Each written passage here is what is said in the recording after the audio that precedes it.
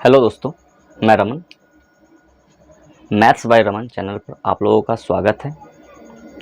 पहली बार आज biology biology से कुछ टॉपिक को देखेंगे, जैसे मानव प्रतिरक्षा तंत्र से रिलेटेड होगा, जैसे रोग, रोगाणु, ये सब। खासकर संक्रामक रोग,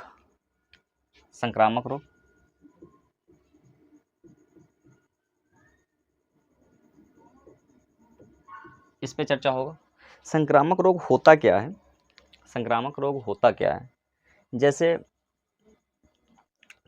सूक्ष्म जीव, जैसे प्रोटोजोआ हो गया, कवक हो गया, जीवाणु हो गया, विषाणु हो गया, ये सब सूक्ष्म जीवों के संपर्क में, शरीर के संपर्क में आने के कारण जो भी रोग उत्पन्न होता है ना, उसी को क्या कहते हैं? संक्रामक रोग कहते हैं, या सूक्ष्म जीव संबंधी रोग कहते हैं। संक्रामक रोग कहते हैं। इसका एक डिफिनीशन के तौर पे याद रखिए। डिफिनीशन इसका इस तरह का होगा कि कोई भी जिसके कारण कोई रोग उत्पन्न होता है, उसको क्या बोलते हैं? रोग कारक बोलते हैं, रोगाणु बोलते हैं। जो सूक्ष्म जीव जिसके कारण कोई रोग उत्पन्न हो जाए, उसे को क्या बोलेंगे? रोगाणु बोलेंगे। तो जैसे कि कोई भी रोगाणु क्या होगा? जीवाणु, विषाणु, कवक हो जाएगा, आपका कृमि हो जाएगा, या फिर प्रोटोजोआ। ये सब किसी न किसी माध्यम से किसी शरीर में, हमारे शरीर में प्रवेश कर जाता है, जिसके कारण कोई बीमारी उत्पन्न हो जाता है। और ये बीमारी एक मनुष्य से दूसरे मनुष्य में फैलता है, शारीरिक संपर्क के कारण, या फिर किसी अन्य माध्यम से, जैसे कि खाना में मिला हुआ अशुद्ध भोजन अगर करते हैं, तो उससे जो होने वाला रोग है, कोई कवक है उसमें, कोई जीवाणु है उसमें, और या फिर अशुद्ध वायु में, अशुद्ध पानी से जो होने वाला रोग है, उसे क्या बोलते हैं? संक्रामक रोग बोलते हैं। और इस संक्रामक रोग को रोगाणु के आधार पर 5 वर्गों में बांट दिया गया है। 5 वर्गों में, जैसे जो रोग स्पेशल जीवाणु से होता है, उसको जीवाणु के अंतर्गत रखा गया है, जीवाणु जनित रोग कहते हैं उसको। जो रोग विषाणु से होता है, उसको विषाणु जनित रोग कहते हैं। जो रोग प्रोटोजोआ से होता है, उसको प्रोटोजोआ जनित रोग कहते हैं। जो रोग मतलब कवक से होगा, उसे कवक जनित रोग कहेंगे। या फिर कृमि तो दो टाइप का होता है, एक गोल कृमि होता है, एक चपटा कृमि होता है। तो कृमि से होने वाले रोग को कृमि के अंतर्गत रखा गया है, कृमि जनित रोग के अंतर्गत रखा गया है। तो ये सब को क्लासिफाई करके अलग अलग ढंग से देखते हैं। सबसे पहले आपका प्रोटोजोआ जनित रोग। सबसे पहला क्या है? प्रोटोजोआ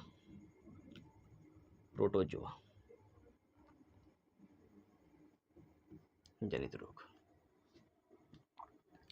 प्रोटोजोआ जनित रोग में वैसा रोग जो प्रोटोजोआ से उत्पन्न होता है, जैसे मलेरिया का नाम सुने होंगे। मलेरिया, एक में देखिए कि अगर मलेरिया है,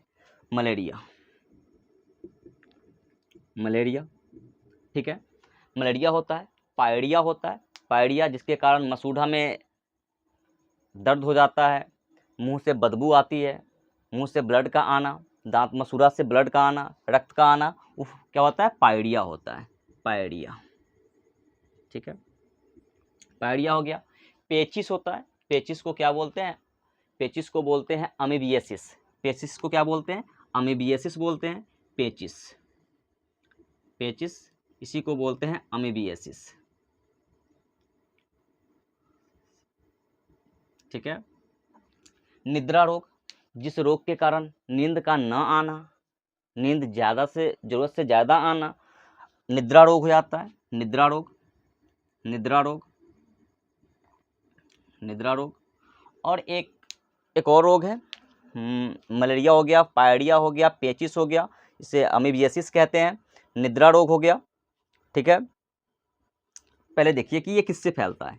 ये फैलता है आपका प्लाज्मोडियम से। इसका प्रोटोजोआ का रोग है। प्रोटोजोआ का नाम है जिसके कारण मलेरिया फैलता है। जैसे एक मच्छर, मादा एनाफिलीज ना, मादा एनाफिलीज नाम का एक मच्छर जिसके काटने से मलेरिया फैलता है। तो वो जो है मादा एनाफिलीज जो है, मादा एनाफिलीज, मादा एनाफिलीज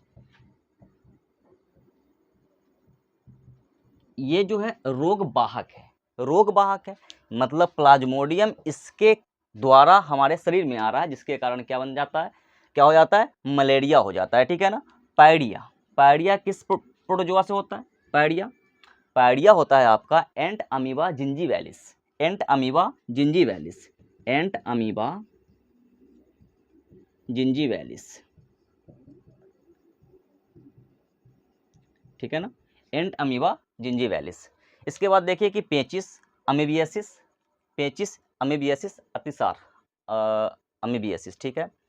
पेचिस होता है आपका एंट अमीबा हिस्टोलिका से, एंट अमीबा हिस्टोलिका से, एंट अमीबा, एंट अमीबा हिस्टोलिका, हिस्टोलिका से, एंट अमीबा हिस्टोलिका से। निद्रा रोग, निद्रा रोग किसके कारण होता है, निद्रा रोग होता है आपका ट्रिप्नोसोमा से, किससे, ट्रिप्नोसोमा से, ट्रिप्नोसोमा, ट्रिप्नोसोमा से, ट्रिप्नोसोमा से, ट्रिप्नोसोमा, ट्रिप्नोसोमा नामक प्लाज्मोड मतलब क्या बोलते हैं, प्रोटोजोआ से ये निद्रा रोग होता है। इसका वाहक जो है, इसका वाहक जो है ये बालू मक्खी है, क्या है, बालू मक्खी, बालू मक्खी, ठीक है ना, बालू मक्खी है। एक और है कालाजार, कालाजार, हाँ कालाजार है, कालाजार, कालाजार, कालाजार लिस्मैनिया डोनावानी से होता है, लिस्मैनिया डोनावानी से, लिस्मैनिया, लिस्मैनिया डोनावानी, ठीक है। ये जो इसका जो रोग वाहक है, इसका रोग वाहक है आपका सीसी मक्खी, सीसी मक्खी, सीसी मक्खी, सीसी मक्खी, ठीक है, TSE लिखता है, ठीक है ना, TSE, ठीक है, सीसी मक्खी। एक बार फिर से रिकॉल कीजिएगा कि प्रोटोजोआ जनित रोग, प्रोटोजोआ जनित रोग में 5 रोग, मलेरिया, पायरिया, पेचिस, निद्रा रोग और कालाजार, ठीक है। मलेरिया फैलता है प्लाज्मोडियम से, पायरिया फैलता है एंट अमीबा जिंजीवैलिस से, पेचिस फैलता है एंट अमीबा हिस्टोलिका से, निद्रा रोग फैलता है ट्रिप्नोसोमा से और कालाजार फैलता है लिस्मैनिया डोनावानी से।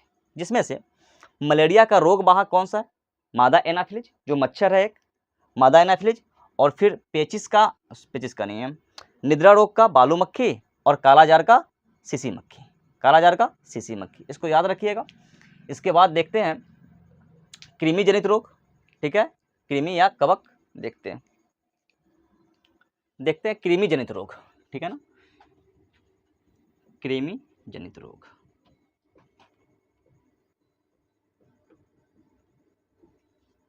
वैसा रोग, वैसा रोग जो कृमि से फैलता है, कृमि, कृमि जो होता है गोल कृमि होता है, चपटा कृमि होता है, ठीक है ना।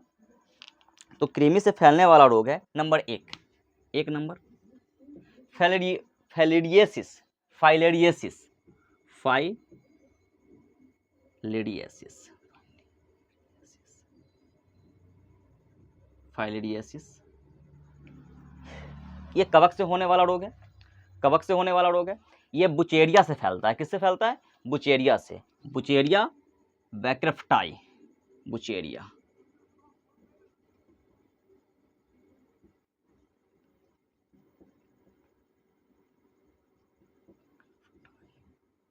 बुचेरिया से फैलता है, ठीक है ना।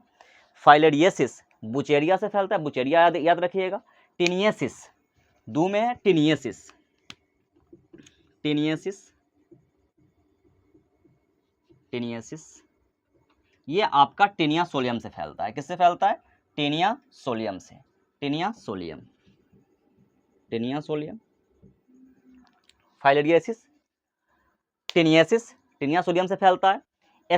एस्कैरियसिस, एस्कैरियसिस होता है एक 3 नंबर में, एस्कैरियसिस, एस्कैरियसिस, एस्कैरियसिस, एस्कैरियसिस से फैलता है ये एस्कैरिस लुम्ब्रिकाइट्स, एस्कैरिस लुम्ब्रिकाइट्स, एस्कैरिस लुम्ब्रिकाइट्स से फैलता है ये, एस्कैरिस लुम्ब्रिकाइट्स, ठीक है, इंपॉर्टेंट है। 3 रोग जो कृमि से होता है, 3 रोग जो कृमि से होने वाला है, ये इंपॉर्टेंट है, याद करके रखिएगा। फाइलेरियासिस फैलता है बुचेरिया बैंक्रेप्टाई से, टिनियासिस फैलता है टिनिया सोलियम से, एस्कैरियासिस फैलता है एस्कैरिस लुम्ब्रिकाइट से, ठीक है ना। इसके बाद देखते हैं, कृमि हो गया, प्रोटोजोआ हो गया, अब कवक से होने वाला रोग को देखते हैं, ठीक है। कवक जनित रोग,